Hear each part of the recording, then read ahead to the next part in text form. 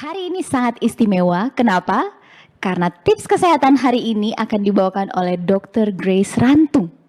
Pastikan Anda menyiapkan buku catatan dan alat tulis Anda untuk mencatat semua hal yang penting yang akan disampaikan hari ini. Karena tips kesehatan hari ini akan membuat kita lebih bersemangat lagi menjalani hidup di minggu-minggu yang akan datang. Baiklah, tanpa membuang waktu lagi, saya langsung mengundang Dr. Grace Rantung untuk membawakan tips kesehatan. Kepada dokter, kami persilakan. Shalom pemirsa dimanapun Anda berada, selamat sabat. Saya berharap semoga Anda sehat dan berbahagia, dan bagi yang sakit, semoga semakin dipulihkan oleh Tuhan. Pada pagi sabat yang indah ini saya ingin berbagi, melanjutkan seri 10 hukum kesehatan. Dan minggu lalu Dr. Alvin, hukum yang pertama hati yang gembira, saat ini hukum yang kedua, istirahat yang cukup. Apakah Anda termasuk di antara mereka yang menganggap bahwa untuk menjadi seorang sukses, tidur 4-5 jam sehari adalah waktu tidur yang cukup? Atau mungkin saudara menganggap tidur itu atau istirahat itu kurang penting? Berbagai penelitian menunjukkan bahwa mereka yang memiliki kesehatan yang baik adalah mereka yang tidur rata-rata 7-8 jam sehari untuk orang dewasa. Sehingga dengan berbagai penelitian, akhirnya WHO merekomendasikan bahwa tidur yang optimal untuk kesehatan seseorang sekitar 7-8 jam sehari. Mengapa? Karena istirahat adalah salah satu kebutuhan yang penting dari tubuh kita. Dan kalau kita melihat dari jumlah satu hari 24 jam, kita perlu tidur 7-8 jam. Berarti sepertiga dari hari itu kita ada di tempat tidur atau kita sedang tidur. Itu berarti sepertiga dari hidup kita rata-rata sebagai orang dewasa kita habiskan untuk tidur. Kalau kita list apa yang kita lakukan setiap hari, maka yang akan menempati peringkat pertama yang paling lama kita lakukan selama kita hidup adalah tidur. Jauh lebih lama dari kita makan, olahraga, bahkan mungkin bekerja. Apakah Anda masih merasa bahwa tidur itu kurang penting? Saya akan bawa pemikiran kita pada pagi sabat ini terhadap kondisi yang saat ini sedang terjadi, yaitu pandemi COVID-19. Apa yang terjadi? Atau apa peran daripada istirahat yang akan menolong saudara dan saya untuk menghadapi situasi yang telah menimbulkan ketakutan, kecemasan. Kita takut apakah orang yang bertemu dengan kita adalah orang yang mengidap COVID-19. Kita takut apakah dia sudah masuk ke dalam saluran pernafasan kita. Mari. Sebelumnya saya ingin kita melihat di dalam tayang-tayangan atau jurnal-jurnal, bagi saudara yang praktisi kesehatan mungkin sudah membaca banyak apa yang menyebabkan orang yang terinfeksi COVID-19 kemudian akhirnya bisa meninggal atau mendapatkan akibat yang fatal. Ada dua hal yang penting, yaitu terjadinya ALI atau acute lung injury. Terjadinya kerusakan yang mendadak dan gawat daripada paru-paru atau saluran pernapasan. Dan yang kedua adalah adanya cytokine storms atau badai sitokin. Sitokin itu adalah substansi kimia yang dihasilkan oleh sel-sel tubuh, khususnya sel-sel yang berperan dalam kekebalan tubuh, yang berespon terhadap masuknya akan kuman penyakit termasuk virus di dalam tubuh kita. Maka ketika dia berlebihan dan tidak dapat dikontrol, gantinya dia melawan virus, maka dia akan merusak jaringan-jaringan tubuh. Sehingga akan terjadi panas yang tidak turun, bahkan kerusakan berbagai pembuluh darah, termasuk jaringan paru-paru. Kita lihat dulu apa yang terjadi ketika virus masuk ke dalam tubuh kita. Kita sedang bahas COVID-19. Ketika COVID-19 masuk ke dalam tubuh kita, umumnya kita sudah tahu bahwa dia masuk melalui saluran pernafasan. Kalau kita lihat gambar di sini, dia akan masuk dan duduk di reseptor yang banyak orang sudah tahu, ACE2 atau ACE2. Ketika dia masuk kemudian dia menginfeksi sel, salah satu sifat virus adalah dia mengambil makanan dari sel tubuh karena dia tidak bisa membentuk makanan sendiri. Nah sekarang apa yang tubuh lakukan ketika ada sel virus COVID-19 yang masuk ke dalam tubuh kita? Ini pertahanan pertama yang Tuhan telah ciptakan, yang telah Dia rancang dengan ajaib buat saudara dan saya.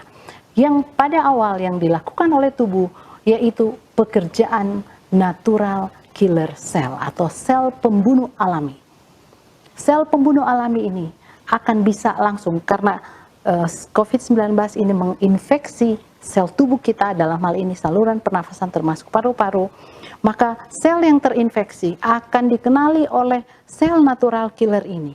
Kemudian dia akan membolongi dengan kedua enzim, ada gransim, ada porfirin, yang akan menjadikan sehingga sel yang sudah ada virus COVID-19 itu akan rusak. Kemudian hal yang kedua, natural killer cell yang Tuhan sudah rancang diproduksi setiap hari di dalam tubuh kita. Hal yang kedua yang dilakukan oleh natural killer cell untuk melawan virus ini, yaitu dia mengaktifkan jalur-jalur. Kalau boleh dikata dia untuk telepon sini, telepon sana, sehingga sistem pertahanan tubuh kita ini akan dengan cepat merespon adanya virus, bahkan untuk mengingat, oh ini ada tamu yang tidak diundang. Sehingga ketika ada tamu itu datang lagi pada paparan berikutnya, maka dengan cepat antibodi yang akan merusak, menolong, mengatasi virus itu akan diproduksi. Itu hal yang kedua yang dilakukan oleh natural killer. Dan yang ketiga yang tidak kalah penting adalah natural killer ini memproduksi interferon gamma. Interferon gamma itu banyak sekarang diproduksi sebagai obat untuk melawan virus. Apa kerjanya? Dia akan menekan perbanyakan atau istilah medisnya adalah replikasi dari virus di dalam tubuh kita. Sangat penting. Kalau kita lihat ini gambarnya, bagaimana natural killer kemudian langsung bisa mengatasi akan virus tersebut. Ini juga gambar yang lain. Kemudian sel kekebalan tubuh yang lain seperti makrofag, leukosit lah yang kita tahu sel darah putih. Dia akan memberikan berbagai signal kimia ketika ada tamu yang tidak diundang tadi, yaitu COVID-19 yang ujungnya nanti akan menghasilkan antibodi untuk melawan kalau si tamu itu datang kembali. Nah, pada orang-orang dengan tidak terkontrolnya respon kekebalan tubuh yang menghasilkan substansi-substansi kimia tadi, maka akan terjadi badai sitokin. Jadi gantinya itu menguntungkan, maka itu akan merugikan. Nah, pada situasi apa bisa terjadi badai sitokin? Sekarang mari kita datang kepada apa yang Tuhan mau berikan kepada kita ketika kita beristirahat untuk melawan COVID-19.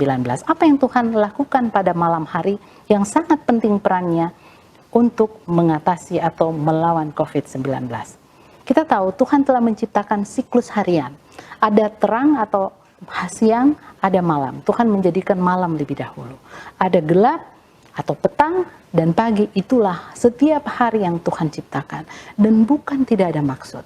Ini ada satu siklus atau ritme di dalam tubuh kita, yaitu bagaimana diproduksinya sel-sel kekebalan tubuh, termasuk natural killer.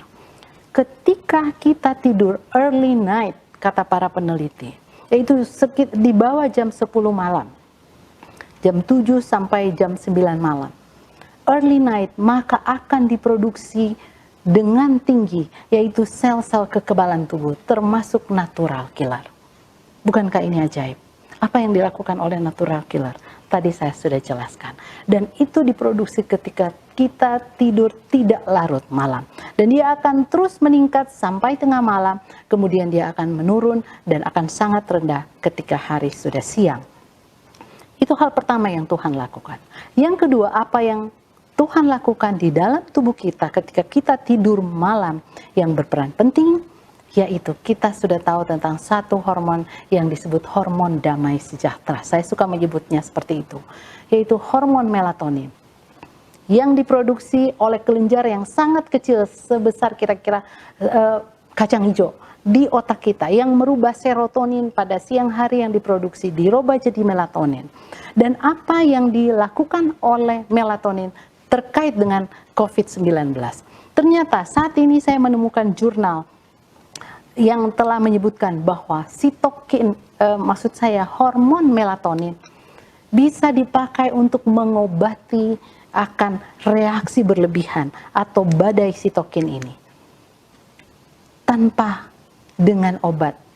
Bila mana kita beristirahat, kalaupun kita terpapar, kita punya sitokin yang alami, yang tidak ada efek sampingnya. Dan kalau kita lihat gambar di sini, mulai jam 9 malam, melatonin itu sudah diproduksi. Dan dia akan terus paling puncaknya pada sekitar jam 2 subuh. Dan dia akan terus menurun. Kalau kita tidur lelap dalam suasana yang gelap, maka produksi melatonin itu akan sangat optimal. Bukankah itu ajaib? Saudara-saudara yang masih merasa sangat khawatir oleh karena adanya pandemi, setiap malam Tuhan memberikan kepada kita vaksin yang gratis, hormon yang gratis, sehingga kalaupun kita terpapar, Tuhan menyiapkan obatnya. Kita tidak perlu takut, kita tidak perlu khawatir. Hormon melatonin diproduksi ketika tidak ada rangsangan cahaya atau sangat minim rangsangan cahaya yang masuk ke retina kita. Dan boleh dilihat, saya sudah sering berbagi ke beberapa jemaat tentang bagaimana fungsi dari melatonin yang sangat banyak dan sangat penting. Ini salah satu contoh dari Zhang yang telah mengeluarkan jurnal bagaimana melatonin menjadi terapi tambahan untuk mengatasi akan cytokine storm atau badai sitokin pada orang yang terinfeksi oleh COVID. Nah sekarang yang ketiga maksud saya. Ketika kita tidur pada malam hari, pada jam sebelum tengah malam, early night, dua substansi yang dikeluarkan, hormon growth atau hormon pertumbuhan dan hormon prolaktin. Kedua hormon ini berperan terhadap limfosit T yang kemudian nanti akan merangsang limfosit B yang akan memproduksi antibodi.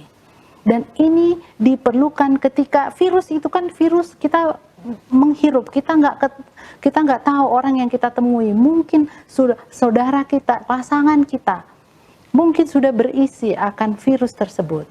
Tetapi ketika kita tidur cepat, kita tidur cukup sebelum tengah malam, sebelum jam 10, maka tubuh memproduksi growth hormone yang akan merangsang sel-sel kekebalan tubuh kita. Bagaimana dengan orang yang istirahatnya tidak cukup? Oh bolehlah, saya tidur jam 9 tapi sudahlah 5 jam cukup. Mari saya mau bagi apa yang ditemukan oleh para ahli. Profesor Matthew Walker dan beberapa penulis lainnya menunjukkan bahwa ketika orang hanya tidur 4-5 jam setiap malam, maka akan terjadi penurunan sampai 70% sel natural killer. Masih ingat kan tadi apa yang dilakukan oleh sel natural killer terhadap virus COVID-19?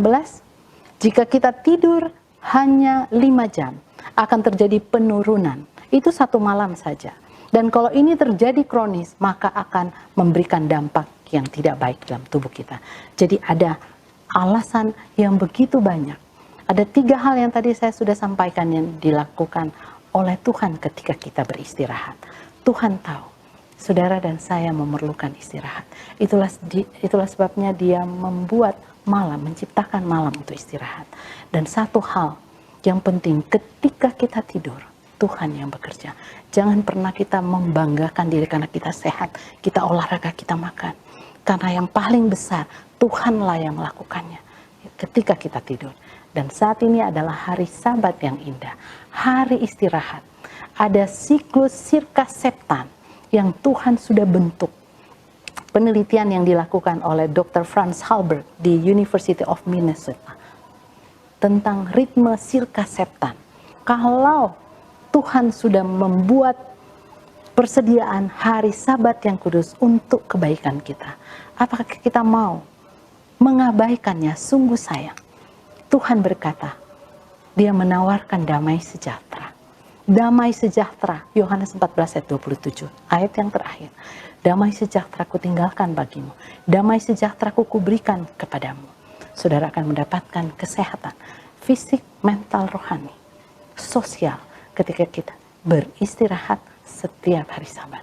Kiranya Tuhan memberkati kita dengan kesehatan dan kita mengingat istirahat yang cukup untuk berperang melawat pandemi COVID-19.